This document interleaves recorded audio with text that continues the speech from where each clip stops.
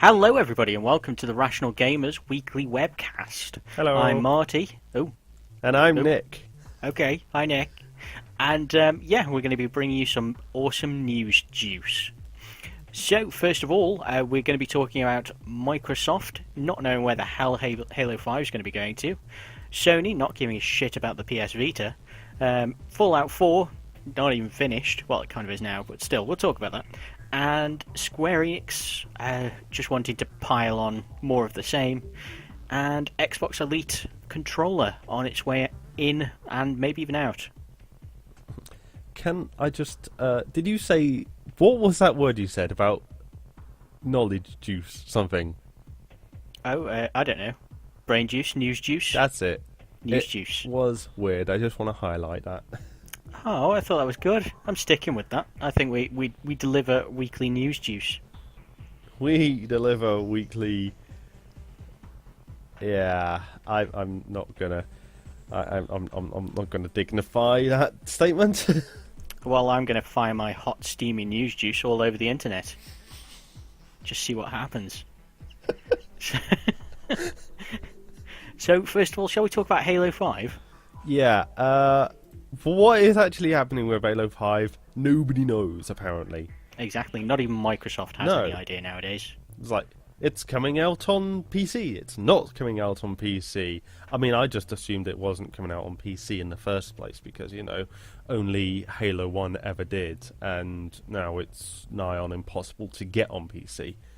Halo 2 did as well, didn't it? I don't think so. I'm not a big Halo fan. Actually, I'm in no way a Halo fan. Oh, you should be. It's pretty good. I mean, it's not terrible anyway.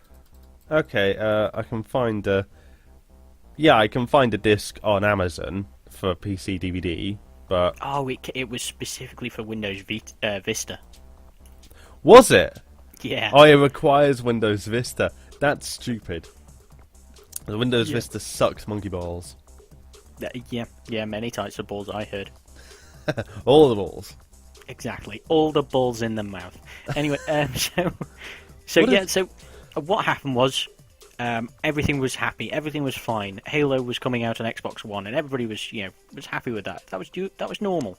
Everybody kind of wanted it to come out on PC because Halo's not that bad a first-person shooter. Yeah. And some people don't like Xbox, which is fine. That's okay. And then one of the developers for Halo 5 came out and said, "Oh yeah, there's every chance this will come out on PC," and loads of people were really happy about it. Specifically, those people with a PS4 and a PC, like myself. Well, yeah, PC's only going to mean better things for it at the end of the day. Yeah, exactly. Make it more fun in every way, shape, or form because it will work better.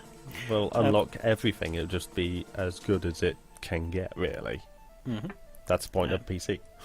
Yeah, and you will be able to use a keyboard and mouse, which I think a lot of people like to do with first-person shooters, just full stop. It's the best way. Yeah, I can't say I'm a big fan of it. I'd prefer a controller personally, Really? But I On think that's FPS? just because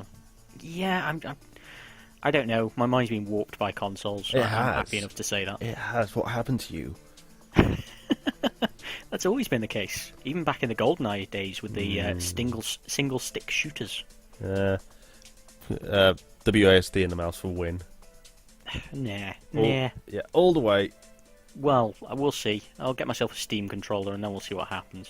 Steam controller's different though, so we'll get this. Yeah, we'll talk about that anyway. That's later. That's later on. So Halo 5, suddenly people think that it's going out on PC. Everybody's really happy about that, apart from all of those people that have already purchased an Xbox One, spent $400 on an Xbox One, and then suddenly told that the whole reason for buying an Xbox One is just bullshit because it's going to come out on PC anyway.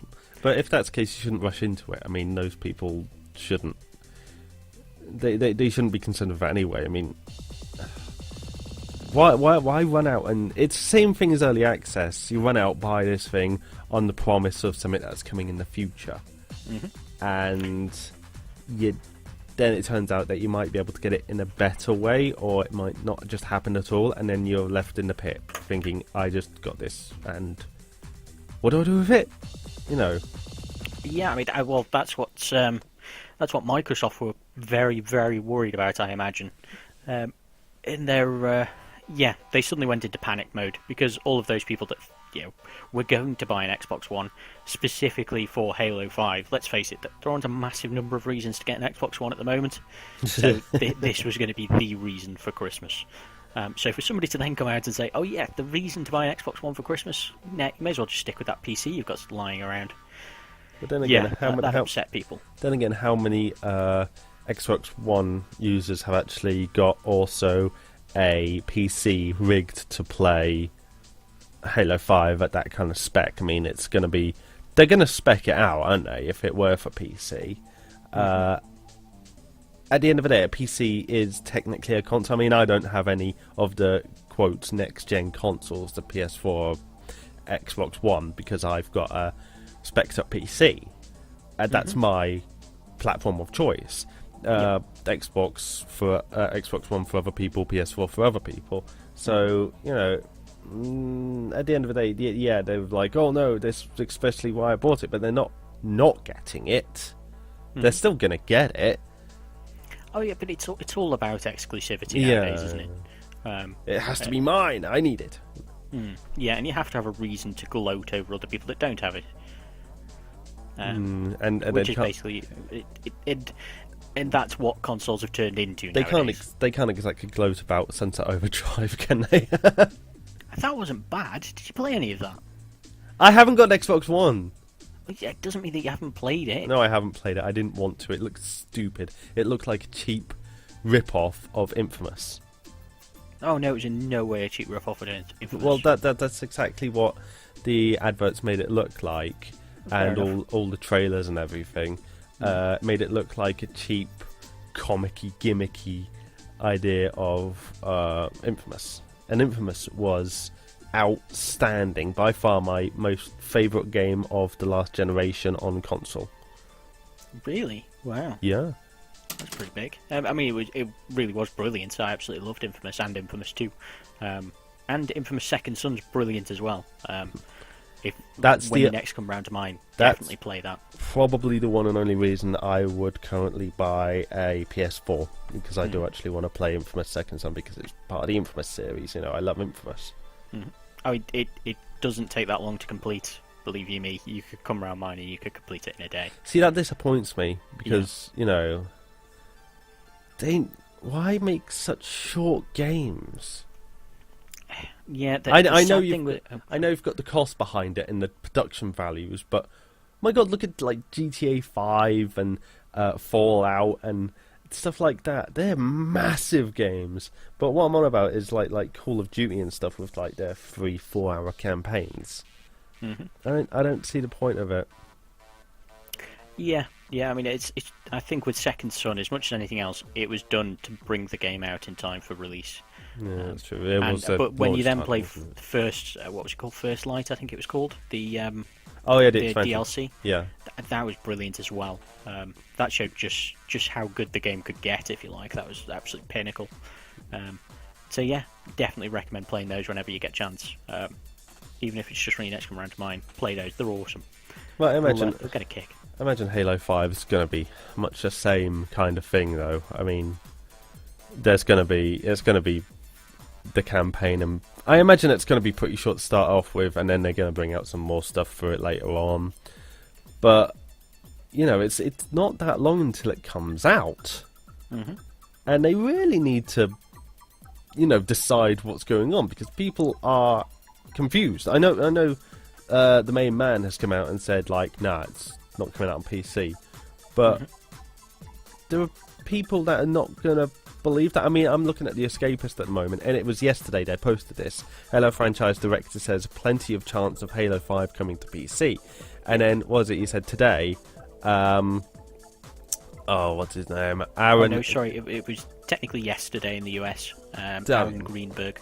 Yeah, we're a little bit askew being on British time. It came out with... He specifically said, this is not true. Game is being made exclusively for Xbox One. Basically, yeah. I've got the time codes here. It says on the Escapist article where it says there's plenty of chance coming. It's 2:56 p.m. On the tweet, Aaron Greenberg made it's 4:39 p.m. on the 23rd of October. Yep. That sounds like there's something going on where some people are like, yes, there is, and he's like, no, there isn't. So they don't even know what's going on. What is going on? Oh, yeah, it's an absolute farce. But at the end of the day, get your people in line.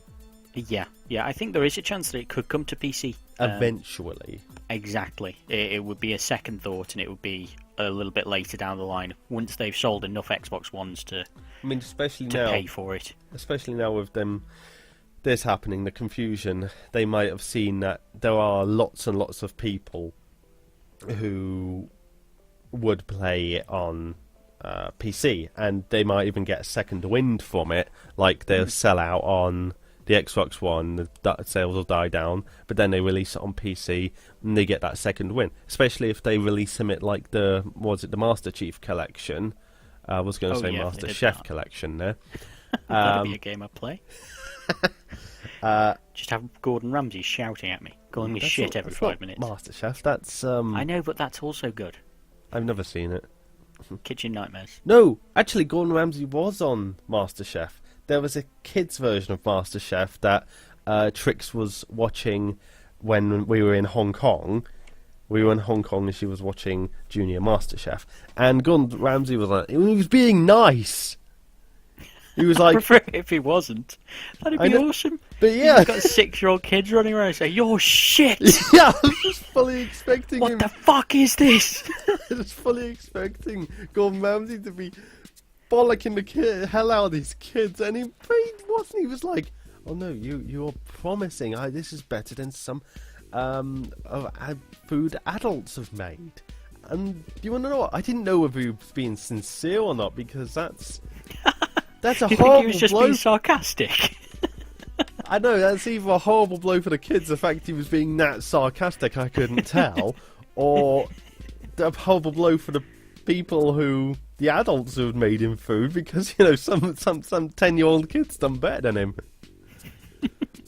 Oh, well done, Juniper. Well done. I could almost eat this biscuit. Because these kids weren't just making, like, biscuits or anything. They were making gourmet meals! I could make a mean cheese on toast when I was their age. And granted, first time I made cereal, I wasn't sure whether I should put the milk in first, but other than that... To be fair, some places, if you go to some places, cheese on toast is a gourmet meal, classed as gourmet. It is if it's done right, it's very true. Though it's kind of arguably getting more towards a Welsh rarebit there. I was actually just about to say, in some parts of Wales, certain types of cheese on toast are actually really gourmet, like say rarebit and stuff, but it's basically just cheese on toast. Yeah, I mean, I do love a Welsh rarebit though. I could eat one of those right now, and I've only just eaten. I can't eat anything at the moment. But yeah, we should say, just in case Nick's coming across a little bit gruffly, he has been ill the last few days, so sorry about that. I'm on the mend. I'm on the mend. It's all right. He just might throw up on air. It's fine. I won't even cut it out. Just leave that shit in. That's nasty, dude. That's really, really bad. Anyway, you're the one blowing chunks at people through the internet while I'm trying to serve them my brain juice. My sweet, salty brain juice. Anyway, what happened to you? What is with you? Are you somehow sexually frustrated this week? Jesus Christ! How is that in any way sexual? You're God, telling Nick, people that you're gonna spew your hot, steaming brain juice all over the internet, and I'm blowing things at them over the internet, and you're... I'm talking about... You have taken everything I've just said right out of context. That's because what you said could be easily taken out of context, and you know it. By people with sick minds like you. We're on the internet, Nick. People are rational here. Rational gamers, after all. Anyway, let's leave that to one side. Let's let Nick get that out of his system. We'll have a look at Sony. Because they are now, essentially, they're just pretending that the Vita no longer exists. A lot of people completely dropping first-party development. A lot of people have been pretending it doesn't exist for a while, which is kind of... Fair point. annoying because the Vita's not bad. Oh, it's brilliant. Yeah, I mean, the PS Vita to me is one of the best things this generation, one of the best consoles for a good while, in fact. I mean, they took everything from the PSP and just improved it. I mean, I say that, I've got a Vita, but I don't use it too much. Mm-hmm. Which might be half of the issue, because, there's no point having it if you don't use it that much. But, they shouldn't be stopping, development support for it. Mm-hmm. Because it'd be it's still it's built to go in with the PS4, to work with the PS4. Yep. And to cut it off now just seems like, I don't know, hobbling it, hobbling the PS4 at least. Mm-hmm. Yeah, it is a weird thing, because as you say, the Vita works so perfectly with the PS4. It's an absolute kind of fantastic accessory for it, and something that I would say any PS4 owner should have. It seems a bit weird to then just kind of throw that to one side and say, yeah, we're not really that bothered about that anymore, when it's such a positive for the PS4. Yeah, maybe they should. I mean, I've got a picture of somebody playing Fallout 4 on it now. Yeah, which is so cool. Well, yeah. I mean, does this mean that the whole connecting thing, where you can run it off of the PS4 and play it on your PS Vita, they're going to stop that? No, I imagine they'll keep that with it. Hopefully that'll still be there, but I don't know what goes into making that work, whether they need to put something special in the base game itself in order to be able to do that. I think that's up to the game developers. I guess, yeah. Specifically because it's the control mapping which is the big issue. Yeah, because it's not just a straightforward. I say straightforward. It's not just streaming the game per se, is it? There's some weird stuff that I don't. It is essentially streaming, as I understand.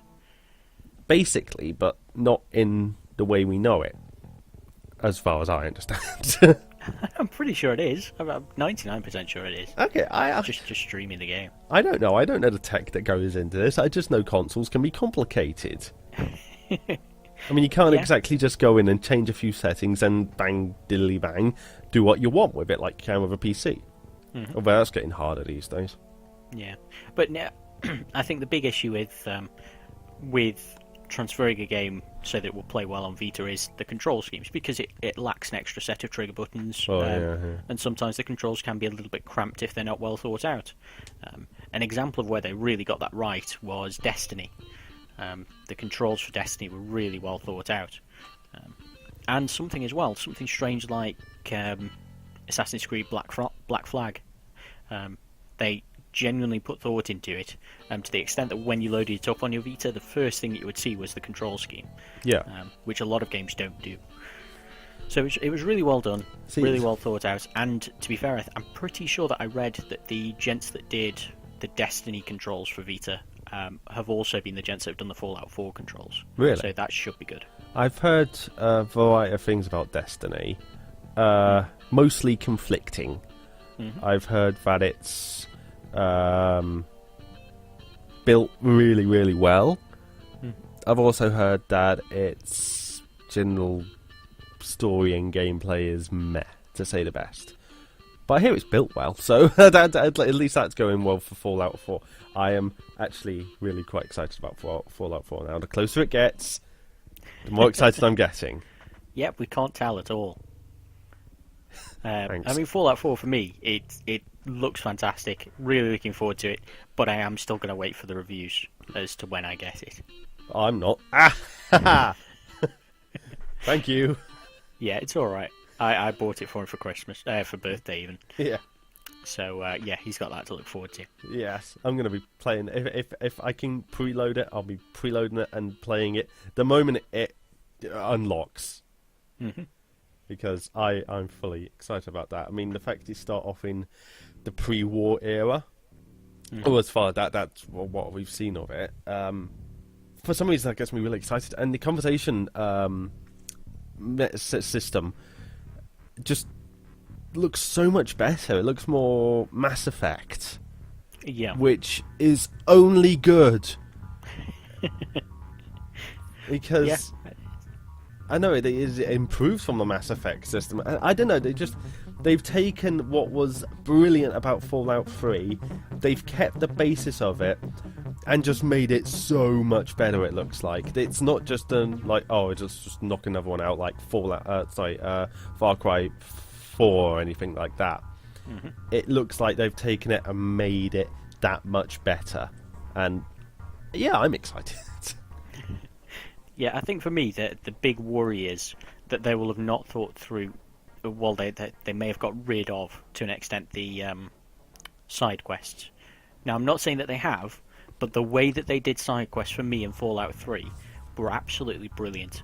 That you just wander upon something that you had no idea where you were getting yourself into. Slowly the story would unravel about it, and then you'd have to try and bring it to a conclusion. And that might all happen within the space of half an hour, and just completely take you out of your way. But I think that's they can't drop that, because that's ingrained in both Bethesda's Fallout and the Elder Scrolls series so much. I completely agree that, and genuinely hope that nothing has happened to that. And I'm not necessarily suggesting that anything has. It's just, for me, that's the worry. That they might have tinkered with that, and the worry for me the wrong way. is power armor, because in Fallout 3 you could just grab power armor and wear it, and now it seems like you build up your power armor and use it like a tank, like a vehicle. Yeah. Mm-hmm. And that concerns me a little bit, because it looks really cool. It looks like it's overpowered and a special thing now, but is that... I don't know whether it's going to be... You can have your general kind of light body armor, which you just wear on the move when you're going around, and then you've got this special power armor, or whether that's going to be your only power armor. And that bothers me a little bit, because I liked going up through the armors and then finally getting to the pinnacle. Oh, I've got this power armor now, and you're a complete badass. Mm-hmm. But yeah, it's there are a lot of questions which I think are only going to be answered when the game comes out now. Yeah. But either way, I don't think there's going to be anything that's going to be a real game killer. Mm-hmm. I think it's going to be good regardless of whatever happens to it. It might be some things we have to just get used to, but... Mm-hmm. And the other thing, of course, with any Bethesda game is the worry about game-breaking bugs. Oh no, they're just part and parcel of it. yeah. Some people certainly agree with you there, I'm sure. But we'll see. Yeah, it looks like they're doing stuff to thwart the pirates. What? I don't know what I'm talking. Yeah, let's talk about privates. Seamless segue. Yeah, so I have privates. I only let my wife look at them, and obviously a qualified doctor. And yeah, I think they're going well for me. Produced one child, so quite happy with that. Can we stop talking? Not let me down yet. Okay. Now can we talk about pirates? Yes, I do not like the whole wooden leg thing. I would suggest that is in fact a negative, and they should instead just get proper legs, or in fact a wheelchair. Also, I don't know. I'm in two minds about the eye patch. Yes, it looks cool fashion accessory, but is it really practical in today's modern society? What about you, Nick? Are we really just talking about pirates now? Well, if you want to take the conversation in a different direction, go for it. Oh, just absolutely destroy that pirate segment of our listenership. Pirates are... I'm not buying into this. Fallout 4's PC discs are going to be missing content to try and screw over pirates. Yes. Yeah, and it's not just a little bit of content either. It's a few gig. Which, I guess for the size of that the game's going to be, is technically going to be a little bit. This game's going to be like 30, 40 gigs at least. Yeah, probably. Wouldn't surprise me. I mean, GTA 5 was 50 gigs? Was it? Yeah. Wow. Pretty ridiculous. Yeah. And on my Cool. slow-ass internet, it took ages to download. Yeah, I imagine so. I don't have fibre optic because the town I live in is from the Dark Ages or something. Yeah, it's what you get when you live in Wales. So, I don't live in Wales. you're Welsh. You I were just don't- talking about Welsh Rabbit for I 10 don't minutes. live in Wales. I'm not Welsh. You're definitely Welsh, even No. if you don't live in Wales. Can't take the Welsh out of the man. I was born in the south of England. I live in the south of England. And yet somehow you're Welsh. It's these things. It's a wonder. It's a wonder of society. So let's talk about Fallout 4. So it's intentionally missing content in order to thwart pirates. So the idea is, even if you bought the game disc, and say you're somebody like Nick who lives in the Dark Ages without proper internet, even if you've gone out of your way to buy the disc, I'm still gonna have to download the use shit. the disc to install a good portion of the game, you'll still have to wait. You'll still have to download the game via Steam, I believe, in order to play it. And it's a good few gig. It's not like it's just a couple of 100 meg or something like that, so that they can just use it as an assurance, if you like. I don't see how this is going to thwart pirates, though. Not really, because you're going to have to download it anyway. So if you've got, like, a hacked disc or something... well, most pirates just download it anyway, so I don't know how that's going to help. But if you do have, like, a disc that is a copy or something, there's probably the pirates are probably going to make patches for it and stuff anyway, so they find ways around it. Yeah, it And this seems like It one of the stops simpler pirate- ways to find a way around it. Yeah, it stops pirates for all of the time right up until the game comes out. As soon as that game comes out on Steam and those files are laid bare, it won't take 2 seconds for the pirates to get around it. Well, the fact that Bethesda have only just announced that they've actually just finished the game, technically, they're not going to have that much time to play a complete game anyway. Like, I don't know, 2 weeks until the game actually comes out its proper self. Yep. Yeah, I don't know. It seems like a bit of a daft way to try and get around it. And, as I say, for me, it seems like a poor answer for a lot of people that may have been buying it on disc so that they didn't have to use Steam. Not everybody uses exactly. Steam. Or so that they didn't have to download everything like yourself. If you couldn't just download it quickly enough, I appreciate you'll be fine, but some people might not be. They might still have dial-up or something. Well, you never know. Some people do have really poor... That's the point. Some people may not have access to the internet, so want to have a disc version so that they can just go ahead and install this game. Because Steam does have an offline mode, so you can play your games offline. So that's not an issue. All you really need to do is log in. If the disc come with the complete game, all you really need to do is log in and activate the game, and then you're good to go. But now you're gonna have to sit and download a couple of gigs, which is gonna be a piss poor way to spend time. You just want to play that game, and you know, if you just want to get home, and installing the game takes long enough. Yeah. So you just want to get home and play the game. That's gonna take you all that much longer. It just seems like a bit. And then again, Yeah, pirates will find a way around no matter what. So Yeah, exactly. It doesn't seem like much of a way to get around piracy, and it doesn't seem like it's in the customer's favour in any way, shape, or form. I don't know what's left. I don't know. In order to probably, in my opinion, in order to get around the piracy, is just provide the entire game on the disc, because that's more convenient. And I think we've talked before about how probably the only thing that really beats piracy is simply making your service more convenient. Yep, it's very true. And Fallout 4 isn't going to be an inconvenient game in a lot of ways. There are going to be so many different ways to buy it, but play it. Yeah. I don't know what's wrong. And it should be noted that the only game that I know that has actually hindered piracy in recent memory is Dragon Age Inquisition. That took around about a month to crack. So you could do whatever that game was doing, but also that game was bullshit when it first came out. Yeah, how to make your game unappealing to pirates. Make it shit to start with. On PC, if I remember correctly, it was poor. Though Not as Dragon bad. Age Inquisition is one of those games that I really want to play. Yeah, good luck on getting that for anything any price reasonable. Really, is it still expensive, even second hand?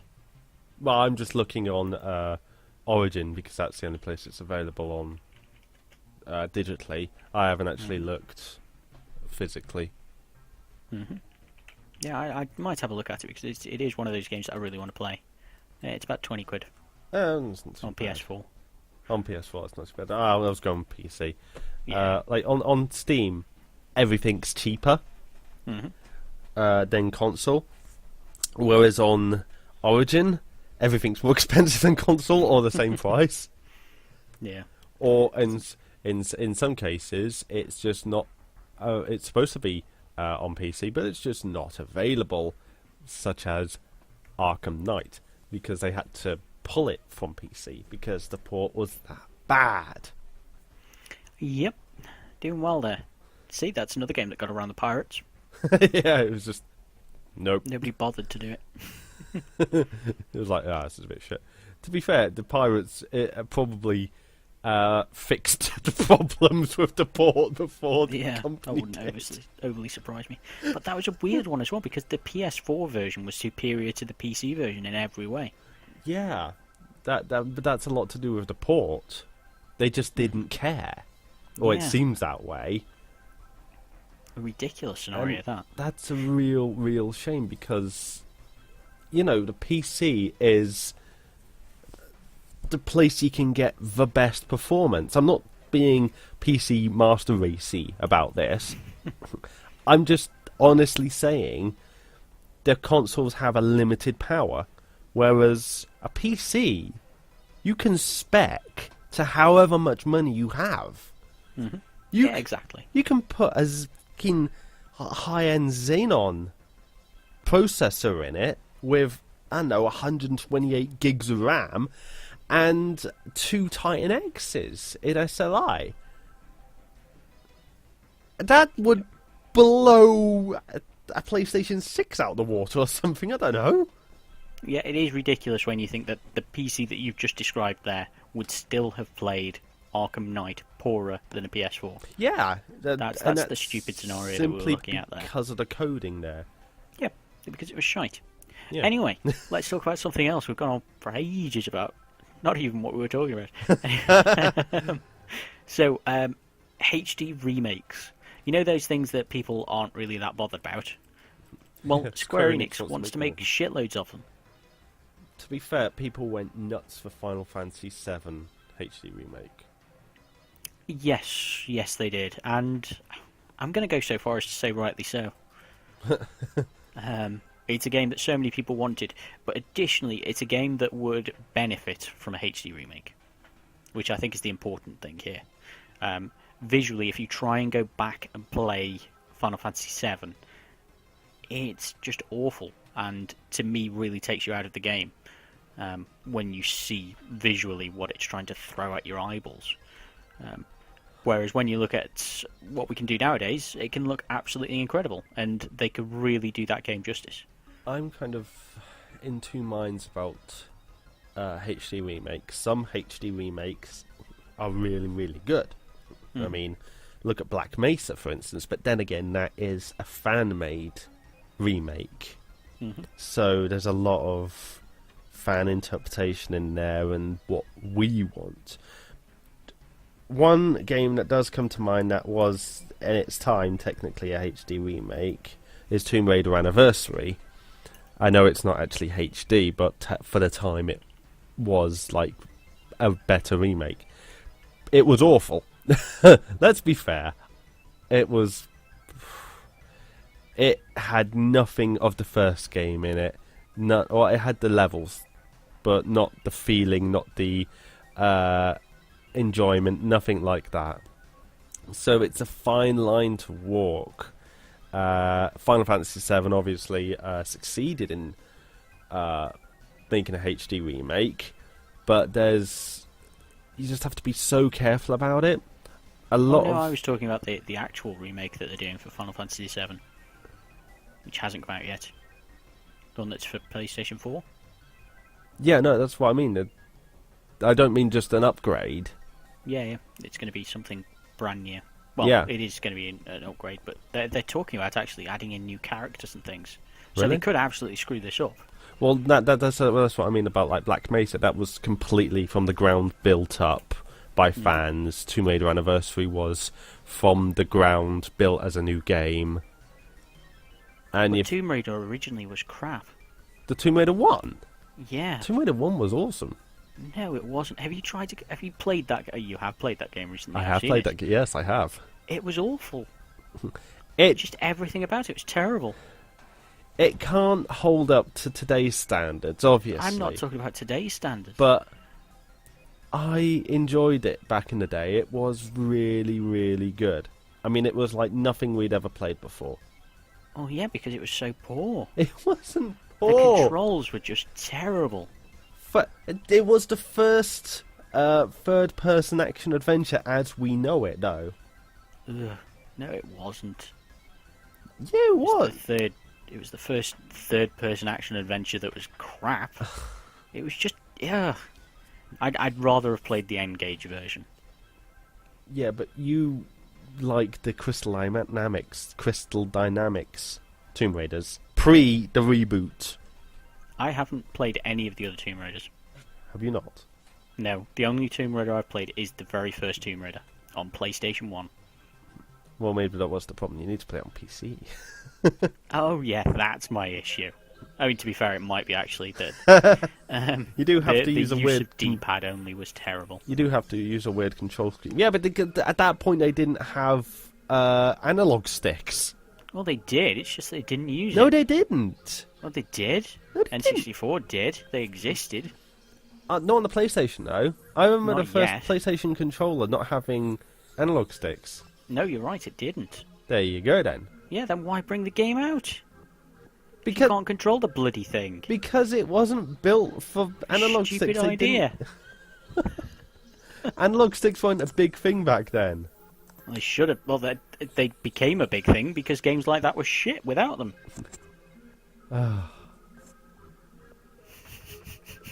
We're getting into another one of our arguments, aren't we? I'm definitely going to be telling the marriage counsellor about this one. And they'll agree with me if they played that game. Tomb Raider 1 is really good. I don't care what you say. No, it's You one have of to the look- worst things ever. You have to look beyond like the controls and stuff. Oh yeah, look beyond the gameplay, look beyond the controls, look I'm beyond the not graphics. I'm not talking about the gameplay. The graphics were stellar for when they come out, Yeah, the graphics were okay for the time, weren't they? Yeah, you can't really argue with that. and the gameplay was awesome. No, it wasn't. Yes, it was. No, it really wasn't. Like I say, it was like nothing that we'd ever played before. Exactly because it sucked so much. It doesn't suck. It definitely sucks. And I've completed Croc Legend of the Gobos. Why? Well known for its awful, awful controls. Yeah. I've driven that tank. That was half the fun, though. Yelling at Lara Croft. Screaming in frustration when she fell down a pit. How can that be fun? I don't know, but it just was. Maybe I'm tainted by nostalgia or something, but I remember sitting with my mother and playing through this game, and us both screaming at the TV when Lara didn't do what you told. You spoke to her, you told her what to do, and it helped! Next, go and play Tomb Raider 1 and try talking to her. Try yelling at her, belittle her. I'm not going to do any of those things you're telling me to do. I'm not going to touch that game. I will never touch that game. You played the reboot Tomb Raider, though. What? No, I didn't. When? Did you? I thought you did. No. You've been going on about how good it is. What? No. I mean, I've kind of wanted to try the what was that called now? Yeah, the reboot thing. Just That looked Tomb really Raider. good. Yeah, it was called, wasn't it? I want to try that because that looks really good. Very Uncharted-y. The Uncharted thing had to start somewhere. Everything starts somewhere, even if some people do think it's crap. No.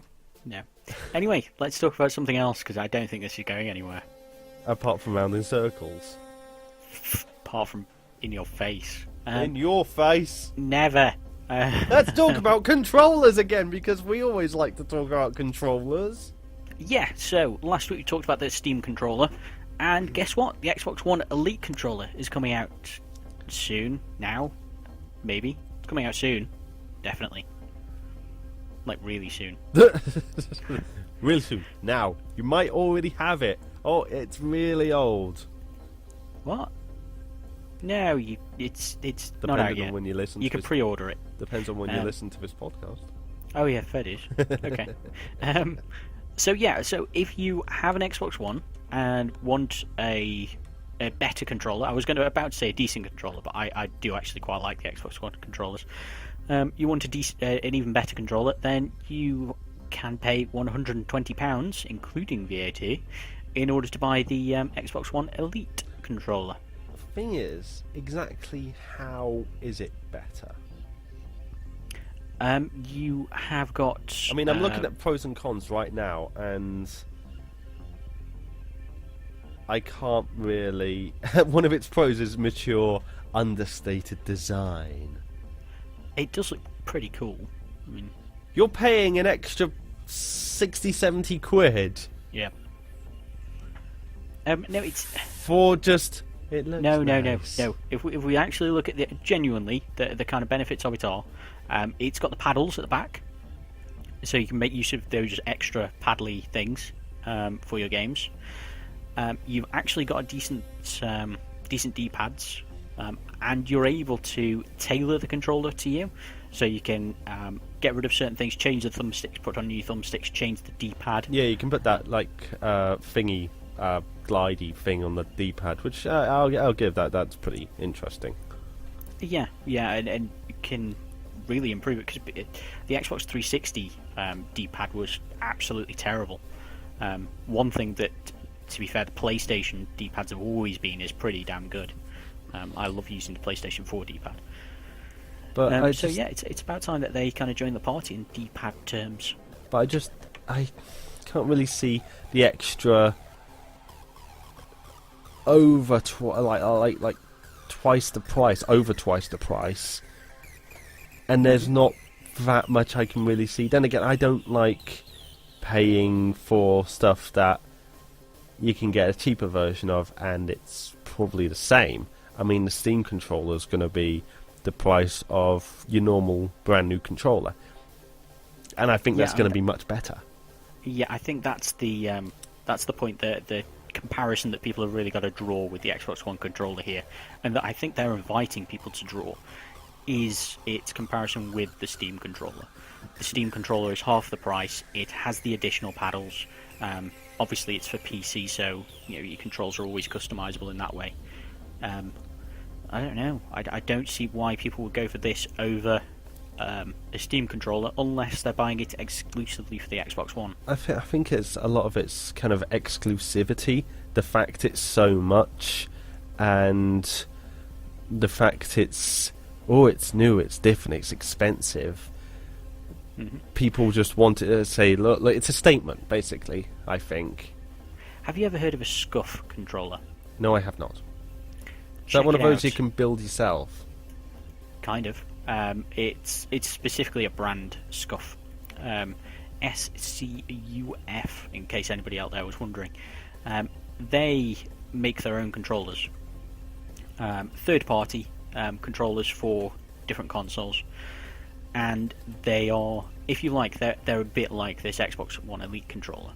A similar price range is their starting point. And you customize them to be exactly how you want them to be.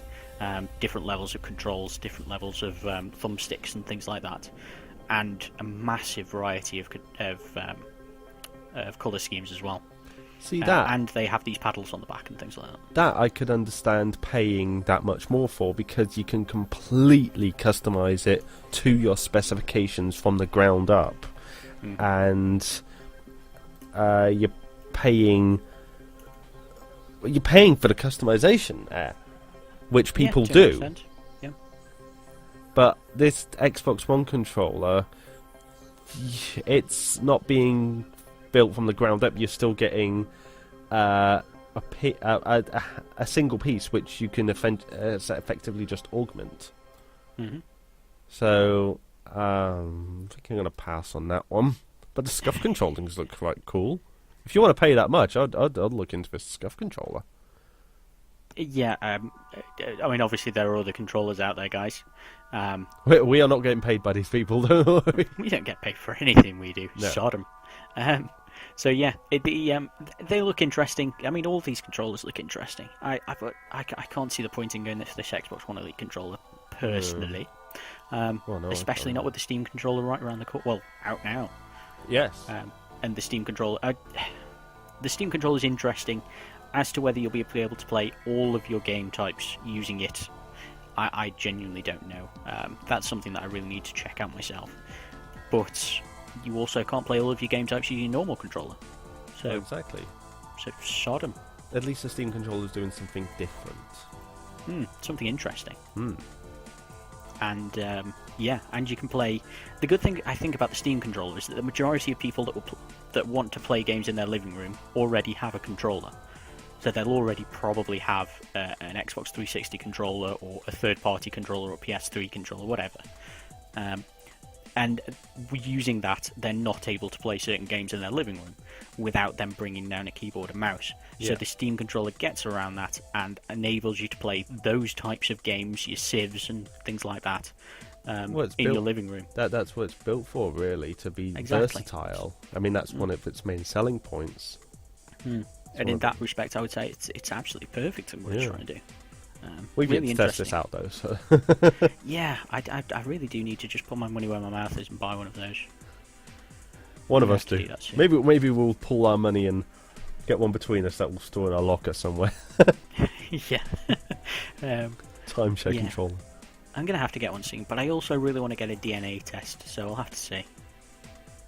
Wow. I just want to test my DNA. I want to find out what I've got, what I'm susceptible to. Want to see where you come from. Yeah, that as well. I mean, don't you think that's an interesting concept? That is interesting. And it's only like 130 quid. Actually, that's not bad. I think I've seen the adverts for it, and it's kind of... You think about it, it's kind of cool that we live in a day and age where you can just go, yes, I will pay £100 and get a DNA test. I will have my DNA mapped. Yeah. We're living in the future! Really cool. Well, I tell you what, the thing that really brought me to the future was the other day. I was looking into... Back to the Future Day, yep. No, not that one. I was looking at robot lawnmowers. And are they like Roombas for your lawn? Exactly that. That's exactly amazing. That. And the best thing that I found was one of them. I was looking at reviews of it. On the Telegraph, I should state. So it wasn't like I was just reading some random reviews on Amazon or anything. I was reading the Telegraph, and they stated that this certain one was only suitable for smaller lawns, good for your first robot. Just that sentence of "good if this is your first robot" is absolutely fantastic. The fact that I live in a day and age where I can have something that's good for my first robot is amazing. I'm so happy to be living in the future. On that note of robots and living in the future, I think we're just up on time. Yeah, pretty much. So, I hope you've had a good time. I hope you've enjoyed our sweaty brain juice. No comment. Okay. And, we'll talk to you soon anyway, guys. Keep track of our channel. Chucking up lots of Let's Plays on there. We'll see how we get on. If you guys would like to see anything else, please get in touch. But, I've been Marty. I've been Nick. And we'll talk to you soon. Talk to you later. Bye-bye. Bye, guys.